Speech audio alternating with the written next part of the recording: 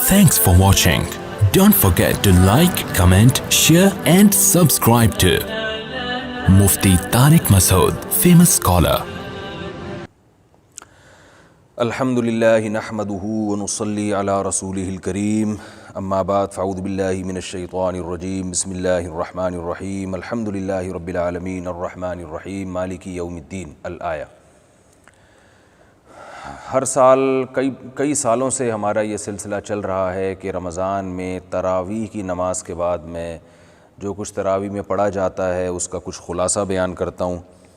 اس سال lock down ہے، 2020 کا رمضان ہے یہ، لاک ڈاؤن کی وجہ سے تراویح بھی متاثر ہوئی ہے اور اب ہم مجمع بٹھا کے بیان بھی نہیں کرتے، کچھ دو چار لوگ ہی ہیں جو میرے سامنے اس وقت بیٹھے ہوئے ہیں، تو بہت سے لوگوں کا اصرار تھا کہ یہ سلسلہ ختم نہیں ہونا چاہیے، تو اس لیے ہم نے کہا چلیں بھائی دو چار افراد ہی بیٹھ جاتے ہیں اور کیمرے میں ریکارڈنگ ہوگی، یوٹیوب پہ الحمدللہ ہزاروں لوگ سنتے ہیں، تو اسی سلسلے کو جاری رکھتے ہوئے ارادہ کیا ہے کہ قرآن مجید کے ہر پارے کا خلاصہ، بلکہ اس کو خلاصہ بھی نہیں کہہ سکتے، یوں کہنا چاہیے کہ جو آیتیں اہم ہیں موجودہ زمانے کے لحاظ سے، مثال کے طور پر وہ آیتیں جن میں ہم زیادہ کوتاہی کا شکار ہیں، ان پر عمل نہیں ہو رہا اس زمانے میں، تو ان آیتوں کو میں انشاءاللہ ہائی لائٹ کروں گا۔ کوشش ہوگی کہ آدھے گھنٹے سے زیادہ یہ سلسلہ نہ ہو اور آدھے گھنٹے میں ایک پارے میں جو متعین کچھ مخصوص قسم کے احکامات ہیں یا کچھ ایسے واقعات ہیں جن میں ہمارے لیے بہت زیادہ سبق ہے، تو ان واقعات کو میں انشاءاللہ ہائی لائٹ کروں گا۔ اللہ تعالیٰ اس سلسلے میں برکت فرمائے، تو یہ پورا قرآن ہم اس طریقے سے انشاءاللہ رمضان کے آخر تک ختم کریں گے۔ سورہ فاتحہ ہے پہلی سورت، اللہ نے اس میں اپنا تعارف کروایا، تمام تعریفیں اللہ کے لیے ہیں جو تمام جہانوں کا پالنے والا، بڑا مہربان، نہایت رحم کرنے والا۔ اللہ تعالیٰ اپنا تعارف کروا رہے ہیں، انٹروڈکشن کروا رہے ہیں۔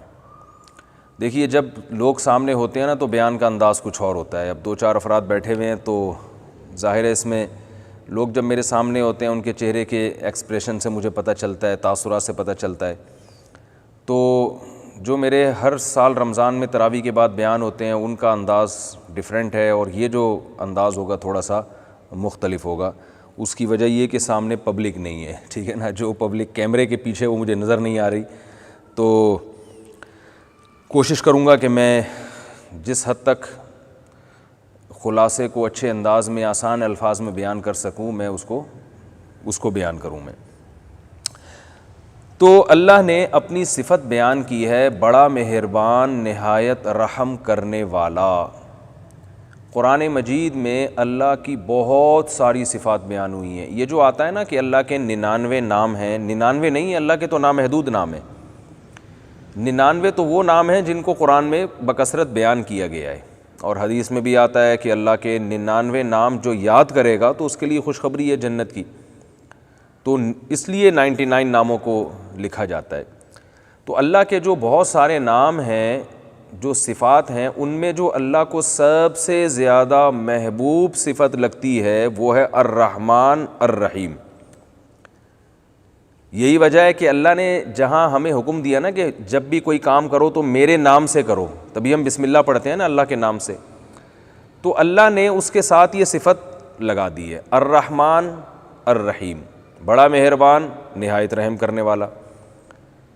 تو بسم اللہ دن میں کتنی دفعہ پڑھی جاتی ہے؟ جب بھی کوئی کام، حدیث میں آتا ہے جب بھی کوئی اہم کام کرو تو بسم اللہ سے شروع کرو، اور نبی صلی اللہ علیہ وسلم نے فرمایا جو کام بسم اللہ کے بغیر کیا جاتا ہے وہ ناقص ہوتا ہے، فہو اقطع فہو اجدع۔ تو ہر اہم کام سے پہلے کیا کیا جائے گا؟ بسم اللہ الرحمن الرحیم۔ تو قرآن کی ابتدا بھی بسم اللہ سے، ہر سورت سے پہلے بسم اللہ لکھی جاتی ہے سوائے سورۃ توبہ کے۔ سلیمان علیہ السلام نے جب ملکہ سبا کو خط لکھا، بسم اللہ الرحمن الرحیم، انہ من سلیمان و انہ بسم اللہ الرحمن الرحیم، اللہ تعالی علیہ واتونی مسلمین۔ تو یہ بھی آج کل ایک بدعت بن چکی ہے کہ آج کل ہم اپنے کاموں سے پہلے بسم اللہ نہیں پڑھتے، کھانے سے پہلے بس یاد رہتا ہے بسم اللہ پڑھنا۔ بعض لوگ کیا کرتے ہیں، جب کوئی تحریر لکھتے ہیں تو شروع میں بسم اللہ نہیں لکھتے، وہ یہ کہتے ہیں بھائی یہ تحریر کچرے میں بھی گر سکتی ہے، بے ادبی بھی ہو سکتی ہے، تو یہ بات غلط ہے۔ اس تحریر کو کچرے میں پھینکنا، کسی بھی تحریر کو کچرے میں پھینکنا غلط ہے، لیکن اس وجہ سے بسم اللہ ہی لکھنا چھوڑ دینا کہ کہیں یہ تحریر کی بے ادبی نہ ہو جائے، یہ بھی غلط ہے۔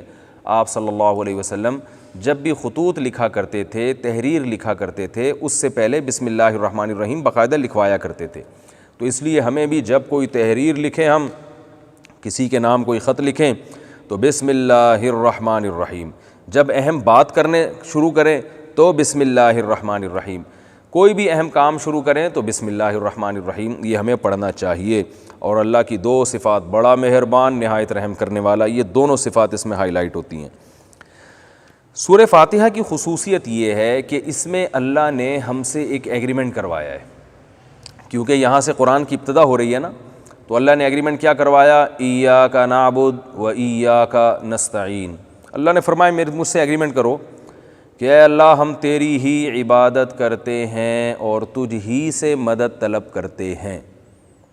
یہ نہیں فرمایا کہ ہم تیری عبادت کرتے ہیں تجھ سے مدد، نا نا نا نا نا، تیری ہی، یہ ہی کا لفظ لگا ہوا ہے یہاں پہ، کیونکہ مفعول بھی کو مقدم کر دیا نا، آبجیکٹ پہلے جب آتا ہے تو حصر کا معنی دیتا ہے، ہی کا معنی دیتا ہے۔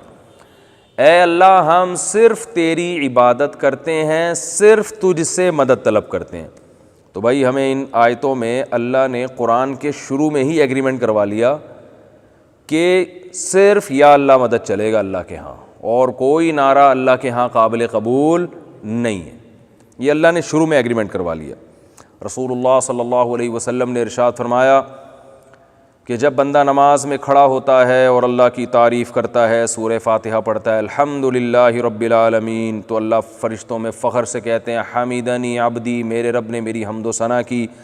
جب وہ کہتا ہے الرحمن الرحیم، اللہ کہتے ہیں اثنا علی عبدی، میرے بندے نے میری ثنا کی۔ مالک یوم الدین ایاک نعبد و ایاک نستعین، جب مالک یوم الدین کہتا ہے تو اللہ کہتے ہیں مجدنی عبدی، میرے بندے نے میری بزرگی بیان کی۔ پھر جب انسان کہتا ہے ایاک نعبد و ایاک نستعین، اے اللہ تیری ہی عبادت کریں گے اور تجھ ہی سے مدد طلب کریں گے، تو اللہ فرماتے ہیں ذالک ھذا بینی و بین عبدک، یہ میرے اور بندے میں ایگریمنٹ ہو گیا ہے۔ بندہ دعا کی قبولیت کے قواعد پورے کر رہا ہے، اللہ کی تعریف بھی کر دی اور مجھ سے ایگریمنٹ بھی کر دیا، اللہ صرف تجھ سے مانگ رہے ہیں۔ دیکھیں جب آپ کسی سیٹ سے قرضہ مانگنے کے لیے جاتے ہیں، بھیک مانگنے کے لیے جاتے ہیں، تو آپ اگر اس کو یہ حوالہ دے دیں کہ بھائی محلے میں لوگ بہت تھے، بڑے بڑے سیٹ ہیں، بڑے بڑے مالدار ہیں، میں کسی سے بھی مانگ سکتا تھا، لیکن میں صرف آپ کے پاس آیا ہوں، تو یہ بات سن کے نا سامنے والے کے دل میں ایک جذبہ پیدا ہوتا ہے دینے کا، یار اس نے مجھے بڑا پروٹوکول دیا، اس نے اپنے راز جو ہے نا میرے سامنے کھول کے رکھ دیے، یار یہ تو اپنے دل کی بات مجھ سے کر رہا ہے، اپنی حاجت کسی اور کے سامنے بیان نہیں کر رہا، مجھے اپنا خیر خواہ سمجھ رہا ہے۔ تو سامنے والے میں اگر غیرت ہوگی نا تو اسے یہ بات سن کے جوش آئے گا۔ تو اللہ تعالیٰ بھی یہی کہتے ہیں، بھائی مجھ سے تم دعا مانگنا چاہتے ہو تو یہ کہو زبان سے، اے اللہ صرف تیری غلامی ہے اور مدد بھی صرف تجھ سے، ہم دعا بھی صرف تجھی سے مانگتے ہیں، کسی اور سے دعا نہیں مانگتے، اپنی حاجتوں کو تیرے سامنے پیش کرتے ہیں۔ تو اس بات سے اللہ کو غیرت آتی ہے، اللہ کو اپنے بندے پر رحم آتا ہے، اور اللہ فرشتے سے کہتے ہیں کہ ھذا بینی و بین عبدک، دیکھیے میرے اور بندے کے درمیان ایگریمنٹ ہو گیا ہے کہ اب یہ مجھے سے مانگے گا۔ اب آپ بتاؤ، آپ کسی تاجر سے چندہ لینے کے لیے گئے یا کوئی بھیک مانگنے کے لیے گئے، آپ نے اس سے یہ کہا کہ بھائی میں صرف تجھ سے مانگتا ہوں اور کسی سے میرا ایسا تعلق نہیں ہے، نہ مجھے کسی پہ ٹرسٹ ہے، صرف تجھی پہ اعتماد ہے۔ اس کے بعد آپ نے اس سے پیسے لیے اور اگلے دن آپ کسی اور سے مانگتے ہوئے پکڑے گئے، آگے آپ وسیم بھائی سے بھی چندہ مانگ رہے ہیں، سلیم سے بھی مانگ رہے ہیں۔ تو جو پہلا تاجر تھا جس نے ایک بھاری بھرکم رقم دی آپ کو، اس بیس پہ کہ آپ صرف اسی پر ٹرسٹ کرتے ہیں، اسی پر اعتماد کرتے ہیں، اس پہلے تاجر کو کتنا غصہ آئے گا، بولے گا بھائی یہ تو 2 نمبر آدمی ہے، میرے سامنے کہتا ہے میں صرف آپ سے مانگتا ہوں، وسیم سے ملتا ہے تو اس سے کہتا ہے سر میں آپ سے مانگتا ہوں، اور سلیم سے ملتا ہے تو اس سے کہتا ہے سر میں صرف آپ سے مانگتا ہوں۔ تو یہ ایگریمنٹ کی خلاف ورزی ہے۔ تو اللہ نے بھی کیا فرمایا کہ جو میرے نیک بندے ہیں مجھ سے ایگریمنٹ کرتے ہیں، اللہ کہتے ہیں تو نے ایگریمنٹ کر لیا، اب تو اس قابل ہے کہ مجھ سے مانگ اور میں تجھے عطا کروں گا، شرط یہ ہے کہ تو اس ایگریمنٹ پہ قائم رہے۔ تو یہ بہت بڑا ایگریمنٹ ہے، توحید کا ایگریمنٹ، کہ ہم اللہ کے سوا کسی کی عبادت بھی نہیں کرتے اور اللہ کے سوا کسی کو پکارتے بھی نہیں ہیں۔ تو اللہ نے کیا فرمایا کہ اب جب بندے نے مجھ سے ایگریمنٹ کر لیا، بخاری کی حدیث ہے وَلِعَبْدِي مَا سَأَلَ، اب یہ اس قابل ہوا ہے کہ جو مانگے گا میں اس کو عطا کروں گا۔ اب دیکھیے اللہ تعالیٰ اگر ہم پہ چھوڑ دیتے کہ جو تم مانگو گے میں تمہیں عطا کروں گا، تو ہم الٹی سیدھی چیزیں مانگنے لگتے. ہم کہتے ہیں اللہ جو ہے وہ میری جاب لگا دے، اللہ میری تنخواہ میں اضافہ کروا دے، اللہ میرا وزن بڑھ گیا ہے، میں 150 kg کا ہو گیا ہوں، اس کو 100 کلو کا کروا دے. تو مختلف لوگ مختلف چیزیں مانگ رہے ہوتے. اب چونکہ نماز کی حالت میں ہوتے ہیں، ہم سورہ فاتحہ پڑھ رہے ہوتے ہیں، تو اللہ کو پتہ تھا یہ بندے چھوٹی چھوٹی چیزیں مانگیں گے. اس وقت میری رحمت ہے جوش میں، یہ میرے سامنے ہاتھ باندھے کھڑا ہے، تو میں اس کو بتا دوں یہ مانگو، باقی چیزیں مانگتے رہنا، ابھی یہ والی چیز مانگو، ابھی میری رحمت جوش میں جو مانگو گے میں تمہیں دے دوں گا. ایک بادشاہ اشرفیوں کا تھیلا لے کے بیٹھا ہوا ہے اور جوش میں آ کے کہتا ہے جو مانگو گے میں آپ کو دے دوں گا، اور آپ اس سے جناب اخروٹ مانگنا شروع کر دو، آپ بادام مانگنا شروع کر دو. تو بادشاہ کہے گا کہ ایسا بیوقوف ہے، میں نے کہا جو مانگو دوں گا، اور میں اشرفیوں کا تھیلا لے کے بیٹھا ہوا ہوں اور یہ کمبخت اخروٹ مانگ رہا ہے اور بادام پستے مانگ رہے ہو. بھائی تو اشرفیاں لے جا، تجھے باقی بادام پستوں کا تو تیرا اپنا بزنس ہو جائے گا. تو اس لیے اللہ نے بھی کیا فرمایا کہ اللہ نے ہم پہ نہیں چھوڑا، بلکہ اللہ نے ہم کو خود ہی بتا دیا کہ یہ مانگو. اور وہ کیا مانگو؟ اللہ نے کہہ دیا کہ تم یوں کہو اہدنا الصراط المستقیم، اے اللہ تو ہمیں سیدھے راستے پہ چلا دے. صرف دکھا نہیں دے، ہدایت کا معنی سیدھا راستہ دکھانا بھی آتا ہے، سیدھے راستے پہ چلانا بھی آتا ہے. ہمارے شیخ حضرت مفتی رشید احمد صاحب رحمہ اللہ تعالیٰ اس کا ترجمہ کرتے تھے کہ اللہ سیدھا راستہ صرف دکھا نہیں، کیونکہ دکھایا تو اللہ نے سب کو ہے، تو ہمیں صرف دکھانا نہیں ہے، ہمیں تو نے چلانا بھی ہے. اور پھر فرماتے تھے اللہ چلانا بھی نہیں ہے، ہم تو بڑے نالائق ہیں، ایسا نہ ہو تو چلائے پھر ہم سائڈ پہ ہو جائیں. تو اللہ تو ہمیں سیدھا راستہ دکھا بھی، سیدھے راستے پہ چلا بھی، اور چلا اس وقت تک مسلسل چلاتا رہے جب تک ہم جنت میں نہ پہنچ جائیں، تو ہمیں منزل تک پہنچا بھی. تو فرماتے تھے ہمارے شیخ کہ اہدنا الصراط المستقیم میں یہ تصور کرنا چاہیے کہ یہ دعا کا کہ اللہ مجھے سیدھے راستے پہ دکھا نہیں، صرف چلا نہیں، بلکہ اس وقت تک چلا کہ منزل تک نہ پہنچ جاؤں، تو منزل تک پہنچا دے مجھے. صراط الذین انعمت علیہم، ان لوگوں کا راستہ جن پر تیرا انعام ہوا، غیر المغضوب علیہم ولا الضالین، ان لوگوں کا راستہ نہیں جن پر تیرا غضب ہوا، اور نہ ہی گمراہ لوگوں کے راستے پر اللہ تو ہمیں چلا. انعام یافتہ لوگوں کے راستے پر چلا. انعام یافتہ لوگ قرآن میں کیا آتا ہے؟ آج اگر آپ لوگوں سے پوچھیں نا جو انعام یافتہ یعنی کامیاب لوگ کون ہیں، تو وہ اداکاروں کا نام لیں گے، کھلاڑیوں کا نام لیں گے، سیاستدانوں کا نام لیں گے. تو اللہ نے قرآن میں کہیں بھی کھلاڑیوں کا، سیاستدانوں کا، ایکٹرز کا نام نہیں لیا کہ جو انعام یافتہ لوگ ہیں جن پر اللہ کا دنیا میں فضل ہوا ہے وہ یہ لوگ ہیں، وہ فلاں فلم کا ہیرو ہے اور وہ فلاں کھلاڑی ہے، وہ فلاں تاجر ہے. نہ نہ نہ نہ نہ. قرآن میں دوسرے مقام پہ اللہ نے فرمایا من الذین انعم اللہ علیہم من النبیین والصدیقین والشہداء والصالحین. فرمایا انعام یافتہ لوگ وہ ہیں جو پیغمبر ہیں. تم نے پیغمبروں کے راستے کو فالو کرنا ہے، فنکاروں کے، اداکاروں کے اور مغرب کے راستے کو، تاجروں کے راستے کو، سیاستدانوں کے راستے کو فالو نہیں کرنا. پیغمبر کی سنت کو فالو کرنا ہے کہ اس موقع پر نبی نے کیا کیا. ہر جگہ تمہیں دیکھیں یہ وائرس پھیلا ہوا ہے نا، اس میں بھی ہمیں یہ دیکھنا ہے نبی نے کیا کہا اور نبی نے کیا کیا. تو ہر چیز میں ہمیں پیغمبروں سے رہنمائی مل جائے گی. پھر صدیقین ہیں. صدیقین کہتے ہیں وہ علماء جن کا عمل ان کے علم کے مطابق ہو. یہ کیوں ڈیفینیشن ہے صدیق کی، اس کی کیا دلیل ہے، یہ اس میں جاؤں گا تو بات بہت لمبی ہو جائے گی. وہ علماء جن کا عمل ان کے علم کے مطابق، علم و عمل میں تضاد نہ ہو. ایک تو علم مضبوط ہونا چاہیے، دوسرا عمل مضبوط ہونا چاہیے. ایسے باعمل علماء کو صدیق کہا جاتا ہے. اللہ نے فرمایا صدیقین کو بھی فالو کرو. والشہداء، شہداء کو فالو کرو. شہداء یعنی وہ لوگ جو دین کی خاطر اپنی جان کٹا دیں، اتنا ان کے اندر دینی قربانی کا جذبہ ہو، دین سے ایسی محبت رکھتے ہوں. اور فرمایا والصالحین، اور پھر عام نیک مسلمان، ان کو بھی فالو کرنا ہے. یہ 4 درجات ہیں. سب سے اوپر پیغمبر، پھر علماء، پھر شہداء، اور پھر جو ہے وہ عام جو نیک مسلمان ہیں ان کو فالو کرنا ہے جو شریعت پہ چل رہے ہیں. یہاں یہ بھی پتہ چل گیا کہ جو لوگ اپنے آپ کو کہتے ہیں نا ہم صرف کتاب کو مانتے ہیں، علمی کتابی ہیں، تو یہاں تو اللہ علمی کتابی نہیں، اللہ تو کہہ رہے ہیں ان لوگوں کو فالو کرو، لوگوں کو جو سیدھے راستے پہ چل رہے ہیں. پتہ چلا کہ لوگ انبیاء تو آئے دنیا سے چلے گئے، صدیقین، شہداء اور صالحین تو قیامت تک آتے رہیں گے. تو تمہیں صدیقین، شہداء اور صالحین جو لوگ ہیں، عوام، یہ شخصیتیں ہیں، ان شخصیتوں کو فالو کرنا پڑے گا. تو آپ کو کتاب کو بھی سامنے رکھنا ہے، شخصیتوں کو بھی سامنے رکھنا ہے. ہاں شخصیتوں میں کچھ گمراہ بھی ہوں گی، کچھ ہدایت پر بھی ہوں گی. گمراہ لوگوں کو ایک طرف کرنا ہے اور ہدایت یافتہ لوگوں کو آپ نے فالو کرنا ہے. تو لوگوں کو آپ درمیان سے نہیں نکال سکتے، انعام یافتہ لوگ ہر دور میں رہیں گے اور ان کی تعلیمات بھی ہر دور میں رہیں گی جن کو آپ نے فالو کرنا ہے۔ اور اللہ نے فرمایا جن کو فالو نہیں کرنا، تو دیکھیں اس سے صاف پتہ چل رہا ہے نا کہ انسان گمراہ بھی انسان کو فالو کر کے ہوتا ہے اور ہدایت پر چلتا بھی انسان ہی کو فالو کر کے ہے۔ تو یہ انسانوں کو آپ نہیں نکال سکتے، گمراہی کا راستہ میں بھی انسان کو فالو کرنا پڑے گا اور ہدایت کے راستے میں بھی آپ کو انسان کو فالو کرنا پڑے گا۔ تو یہ جو لوگ کہہ رہے ہیں نا علمی کتابی اور میں صرف کتاب کو مانتا ہوں اور انسانوں کو نہیں مانتا، یہ سب جھوٹ ہے، یہ سب غلط ہے، یہ قرآن و سنت کی تعلیمات کے خلاف ہے۔ صحابہ نے فالو کیا محمد صلی اللہ علیہ وسلم کو، تابعین نے پھر صحابہ کو، پھر تبع تابعین نے تابعین کو، پھر ان کے شاگردوں نے اپنے استاذوں کو۔ یہ سلسلہ آج تک چلا آ رہا ہے اور قیامت تک چلتا رہے گا۔ تو اللہ نے فرمایا کہ 4 قسم کے لوگوں کو فالو کرو گے تو کامیاب ہوگے، اور 2 قسم کے لوگوں کو تم نے فالو نہیں کرنا۔ وہ کون سے لوگ ہیں؟ غیر المغضوب علیہم، وہ لوگ جن پر اللہ کا غضب نازل ہوا، ولا الضالین، اور ان لوگوں کو بھی فالو نہیں کرنا جو گمراہ ہوئے۔ غضب کس پر نازل ہوا؟ وہ لوگ جن کے پاس علم ہے اس کے باوجود سیدھے راستے پہ نہیں چلتے۔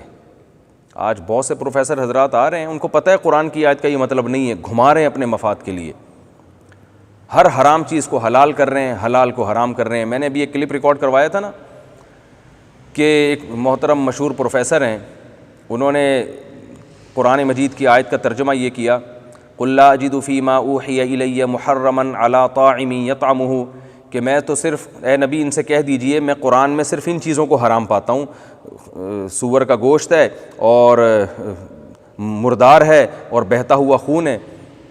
تو اللہ نے تو اس کے علاوہ، انہوں نے پھر استدلال کیا یہ جو گانے بجانے اور موسیقی ہے یہ بھی بالکل حلال ہے، ہر قسم کی موسیقی کو انہوں نے حلال کر دیا۔ انہوں نے کہا قرآن میں کہاں لکھا ہے؟ قرآن تو یہ کہہ رہا ہے کہ اے نبی آپ ان سے کہہ دیجئے میں تو صرف ان چیزوں کو حرام قرار دیتا ہوں اور تو کسی چیز کو نہیں۔ اور آیت کے آخر میں یہ بھی ہے دوسرے مقام پہ، وَأَن تَقُولُوا عَلَى اللَّهِ مَا لَا تَعْلَمُونَ، کہ اللہ پر وہ چیز باندھو جو اللہ نے نہیں کی ہے، یعنی خود سے چیزوں کو حلال و حرام کر دو۔ تو انہوں نے علماء پہ الزام لگایا کہ یہ اپنی طرف سے بھی بہت سی چیزوں کو حرام کر دیتے ہیں، حالانکہ قرآن کی آیت کا مطلب نہیں ہے۔ جس نے ایک بار بھی کسی تفسیر کو پڑھا ہے اور قرآن کے سیاق و سباق کو جانتا ہے وہ حلفیہ بول سکتا ہے کہ قرآن کی آیت کا یہ مطلب نہیں ہے، اس آیت کو غلط جگہ منطبق کیا جا رہا ہے۔ اس لیے کہ اگر اس آیت کا یہ مطلب ہوتا تو بھائی پھر تو کتا بھی حلال ہو جاتا، بلی بھی حلال ہو جاتی، اس لیے کہ اللہ تو فرما رہے ہیں کھانے پینے کی چیزوں میں صرف یہ چیزیں حرام ہیں، اس میں تو اللہ نے کتے کا ذکر نہیں کیا، بلی کا ذکر نہیں کیا، تو کیا وہ حلال ہیں؟ کوئی ان پروفیسر صاحب سے پوچھے تو وہ حلال ہیں کیا؟ تو اس آیت کا یہ مفہوم ہی نہیں ہے۔ اس آیت کا مفہوم یہ ہے کہ مشرکین مکہ بھی بہت سی چیزوں کو حرام قرار دیتے تھے اور اسلام بھی ان چیزوں کو حرام قرار دیتا تھا، لیکن مشرکین مکہ نے کچھ چیزیں اضافی طور پر حرام قرار دے دی تھیں جن کو اسلام حرام نہیں کہتا تھا۔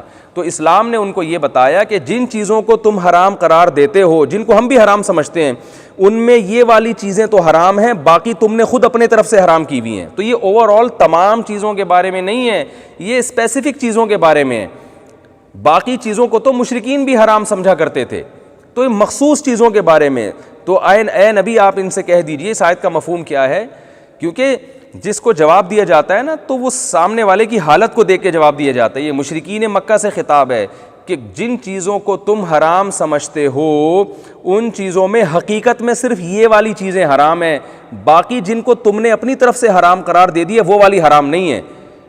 وہ کون سی چیزیں ہیں جن کو تم نے اپنی طرف سے حرام قرار دیا؟ وہ ہے غیر اللہ کے نام پہ جانور کو چھوڑ دینا بتوں کو خوش کرنے کے لیے، یہ تم نے اپنی طرف سے ان چیزوں کو حرام قرار دیا ہے، یہ اللہ کی حرام کردہ چیزیں نہیں ہیں، لہذا اس طرح سے چیزوں کو حرام نہ کیا کرو۔ یہ مطلب ہے اس آیت کا۔ اس خاص تناظر میں یہ آیت نازل ہوئی، اس کو اٹھا کے ہر چیز پہ فٹ کر دیا کہ صرف یہ چیزیں حرام ہیں باقی ساری حلال ہیں۔ تو اللہ نے کیا فرمایا؟ وہ لوگ جن کو علم ہے اس کے باوجود وہ لوگوں کو صحیح گائیڈ نہیں کرتے، یہ وہ لوگ ہیں جن پر اللہ کا غضب نازل ہوا۔ فرمایا ان کو بھی تم نے فالو نہیں کرنا، ولا الضالین، اور ان کو بھی فالو نہیں کرنا جو گمراہ ہیں، یعنی گمراہ کا مطلب ان کو راستے کا علم ہی نہیں ہے، بھٹک رہے ہیں، جن کے پاس سرے سے علم ہی نہیں ہے۔ جیسے بہت سے جاہل قسم کے صوفی ہوتے ہیں جن کے پاس شریعت کا علم نہیں ہے، بس جذبات ہیں اور وہ لوگوں کو غلط راستے پہ ڈال رہے ہیں۔ جو ہے نا آج بہت بڑی تعداد ایسے لوگوں کی ہے، قرآن و سنت کا گہرا علم نہیں ہوتا ان کے پاس، اور صرف کچھ حوالے بعض لوگوں نے یاد کیے ہوئے ہیں۔ اور بعض لوگ کیا کرتے ہیں کہ وہ حوالے بھی نہیں پتہ ہوتے ان کو، قرآن و سنت کا پتہ ہی نہیں ہوتا، بس وہ ایسے ہی بیٹھ کے پھینک رہے ہوتے ہیں۔ تو اللہ نے فرمایا ایسے لوگوں کو تم نے فالو نہیں کرنا۔ علماء نے بیان کیا کہ مغضوب علیہم کا اولین مصداق یہودی ہیں جو علم کے باوجود لوگوں کو غلط گائیڈ کرتے ہیں، اور ولضالین کا جو اولین مصداق ہے وہ عیسائی ہیں جن کے پاس سرے سے علم ہے ہی نہیں، یعنی شریعت کا علم۔ تو لیکن قرآن کی آیتیں کسی خاص یعنی آیتیں تو اگرچہ اس کا مصداق یہود و نصارہ بھی ہیں، لیکن آیت میں عموم ہے، لہذا ہر وہ شخص جو علم کے باوجود لوگوں کو گمراہ کرتا ہے وہ بھی اس میں داخل ہے، اور وہ جس کے پاس سرے سے علم ہی نہیں ہے وہ بھی اس میں داخل ہے۔ تو یہ سورہ فاتحہ ہے جس میں ہمیں اللہ نے دعا کی ترغیب دی اور ہمیں بتایا کہ سیدھا راستہ اللہ سے مانگو، اس لیے بھی بتایا کہ آگے پھر پورا قرآن میں سیدھا راستہ بتایا گیا ہے، تو اللہ نے پہلے ہی فرما دیا کہ اللہ سے سیدھے راستے پر جو لوگ چلتے ہیں ان کا راستہ مانگو، کیونکہ اس قرآن میں سیدھا راستہ بھی ہے اور سیدھے راستے پہ تم سے پہلے جو لوگ چل کے گزرے ان کے حالات بھی ہیں، تو ان کے حالات دیکھ کر اس کو معاشرے پہ فٹ کرنا، تمہیں ان حالات سے متصف اور بہت سارے لوگ نظر آئیں گے، وہ صفات کے حامل تمہیں بہت سارے لوگ چلتے پھرتے نظر آئیں گے، تو تم نے ان کو بھی فالو کرنا ہے۔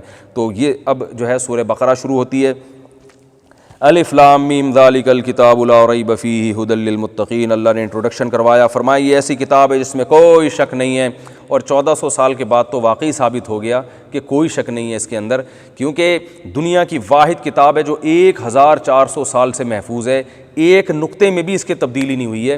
یہ کتاب یہ شرف کسی انسان کی کتاب کو حاصل نہیں ہو سکتا۔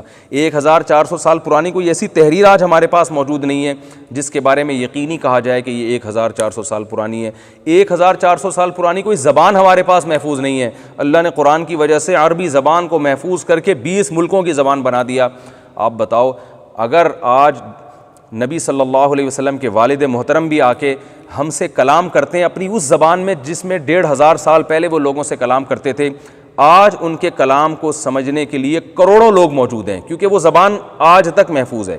عربی میں پانی کو آج بھی ماں کہتے ہیں، 1500 سال پہلے بھی ماں کہتے تھے، پہاڑ کو آج بھی جبل کہتے ہیں، 1500 سال پہلے بھی جبل کہتے تھے، پوری زبان اسی طرح سے آج بھی محفوظ چلی آ رہی ہے۔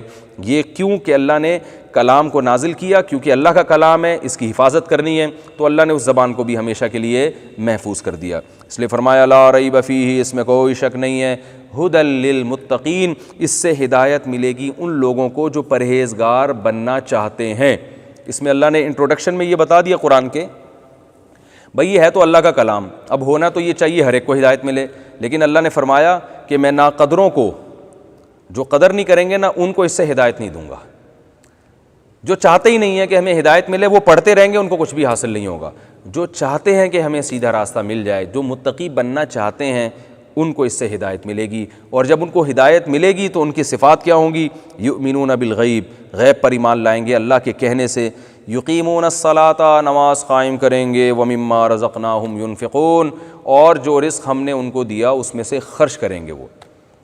تو اللہ نے یہ دو صفات جو بیان کی ہیں نا سورہ بقرہ کے شروع میں، یہ اصل میں اللہ نے بتا دیا کہ جو متقی پرہیزگار لوگ ہوں گے نا، جو کامیاب ہوں گے، وہ نماز سے اشارہ کر دیا کہ اللہ کا حق بھی ادا کریں گے، عبادت بھی پوری ہوگی، اور ہمارے دیے ہوئے رزق میں مخلوق پہ خرچ کرنے میں بتا دیا کہ مخلوق کے حقوق بھی ادا کریں گے۔ تو یہ اصل میں دو احکام سے دو چیزوں کو ہائی لائٹ کیا جا رہا ہے، حقوق اللہ اور حقوق العباد۔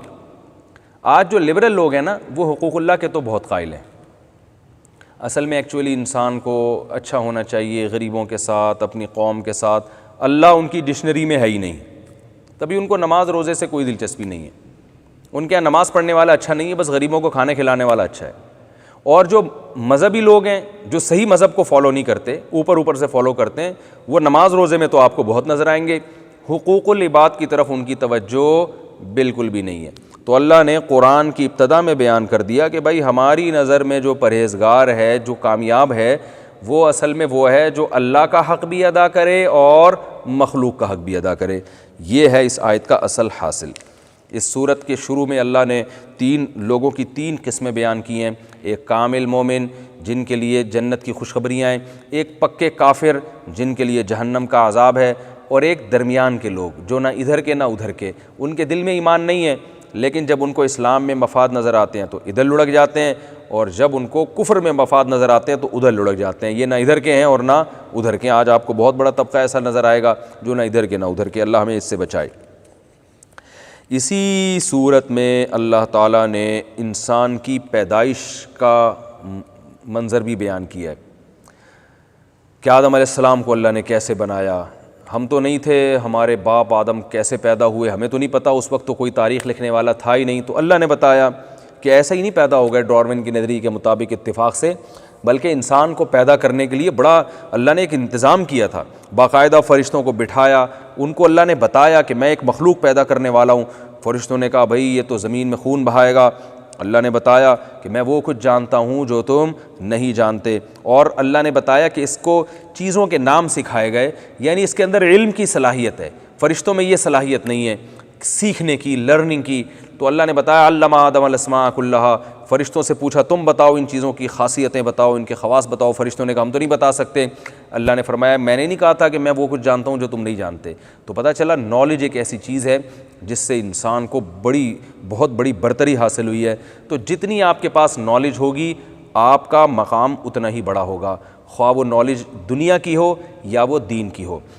دین کی نالج آپ کو چاہیے جنت میں جانے کے لیے, اور دنیا کی نالج آپ کو چاہیے اس زمین پر خلافت قائم کرنے کے لیے جو انسان کی پیدائش کا مقصد تھا. کیونکہ آدم علیہ السلام کو اللہ نے یہ نہیں فرمایا کہ میں فرشتوں سے یہ نہیں کہا میں زمین میں ایک بندہ پیدا کر رہا ہوں, بس فرمایا خلیفہ پیدا کر رہا ہوں. جاعل فی الارض خلیفہ, خلیفہ کا مطلب جو زمین کی باغ ڈور اس کے ہاتھ میں ہوگی. آج انتہائی افسوس کے ساتھ کہنا پڑتا ہے کہ زمین کی باغ ڈور مسلمانوں کے ہاتھ میں نہیں ہے, غیر مسلموں کے ہاتھ میں. پالیسیاں وہ بناتے ہیں. وجہ اس کی یہ کہ ہم نے ایک علم کو تو فوکس کیا, دین کے علم کو, دنیا کا علم ہم نے چھوڑ دیا. تو دنیا کا علم میں وہ آگے نکل گئے, زمین کی باغ ڈور ان کے ہاتھ میں آ گئی. تو ہمیں دین کا علم بھی چاہیے اور ساتھ ساتھ دنیا کا علم بھی چاہیے, تاکہ اللہ نے آدم علیہ السلام کو جس مقصد کے لیے پیدا کیا تھا کہ زمین کی باغ ڈور لگام آپ کے ہاتھ میں ہو اور پھر آپ اللہ کا حکم زمین پہ نافذ کریں, اس کے لیے ضروری ہے کہ آپ کے پاس سائنس اور ٹیکنالوجی کا علم بھی ہو. لہذا ہمارے جو نوجوان یونیورسٹیوں میں پڑھتے ہیں وہ اس پڑھائی کو اپنا دینی فریضہ سمجھ کے پڑھیں, ثواب سمجھ کے پڑھیں, تو انشاءاللہ اس سے دنیا میں بھی برکت ہوگی اور آخرت میں بھی. صرف کمانا مقصد نہیں ہونا چاہیے. اللہ تعالیٰ نے اس صورت میں اہل یہود کی خصلتیں بیان کی ہیں کہ موسیٰ علیہ السلام کو یہودیوں نے کیسے ستایا. تو اللہ ہمیں بتا رہے ہیں کہ تمہیں بھی اب قرآن ملا ہے, یہودیوں کو تورات ملی تھی, انہوں نے کیسے حکام کی دھجیاں اڑائیں, تو تم نے یہ کام نہیں کرنا. یہود کو اللہ نے حکم دیا تھا نماز قائم کرو, نمازوں میں سستی کی انہوں نے. جب پیغمبر کوئی حکم دیتے لیت و لال سے کام لیتے, نبی نے حکم دیا کہ گائے ذبح کرو تو وہ الٹے سیدھے سوال کرنے شروع کر دیے, گائے کا کلر کیسا ہونا چاہیے, یہ ہونی چاہیے, وہ ہونی چاہیے. تو اللہ نے فرمایا کہ لیت و لال سے کام لیتے تھے, تو ہمیں ایسا نہیں کرنا چاہیے.